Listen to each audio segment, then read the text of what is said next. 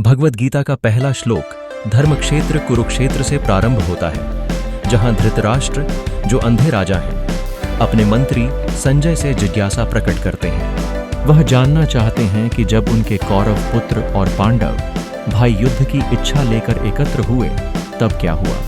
यह स्थिति केवल युद्ध भूमि की नहीं, बल्कि भावनाओं, चिंताओं और नैतिकता की भी है। इस श्लोक में धृतराष्ट्र की पीड़ा और उसके पुत्रों की स्थिति प्रकट होती है। वह जानते हैं कि उनके बेटे अधर्म कर चुके हैं, फिर भी आशा करते हैं कि पांडव युद्ध से हट जाएंगे। उनका प्रश्न मन में गहरी दुविधा लाता है, क्या यह युद्ध केवल राजसत्ता का है या फिर एक उच्चतर नैतिकता के लिए लड़ाई है। उसकी आशंका इस बात पर निर्भर करती है कि क्या सत्य और धर्म की जीत होगी।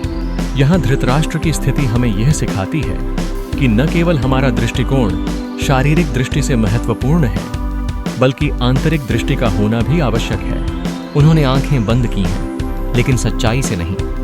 वह अपनी ही निर्मित धारणाओं और इच्छाओं के जाल में फंसे हैं। यह संदेश हमें यह प्रेरित करता है कि हमें किसी कार्य की शुरुआत से पहले उसकी नैतिकता और उस कार्य के पीछे की सोच पर ध्यान देना चाहिए। गौर करें तो यह श्लोक न केवल एक ऐतिहासिक संदर्भ प्रस्तुत करता है, बल्कि हमारे जीवन में भी गहरे अर्थ का संचार करता है।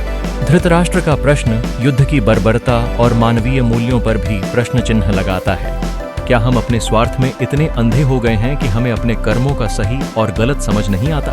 अगले वीडियो में हम देखेंगे दूसरे श्लोक का विश्लेषण, जहां संजय युद्ध भूमि का दृश्य बताना शुरू करते हैं। यह यात्रा हमें सिखाती है कि कैसे धर्म और अधर्म के संघर्ष का सामना करते हुए न केवल हमारी व्यक्तिगत जिम्मेदारी है, बल्कि समाज की भी।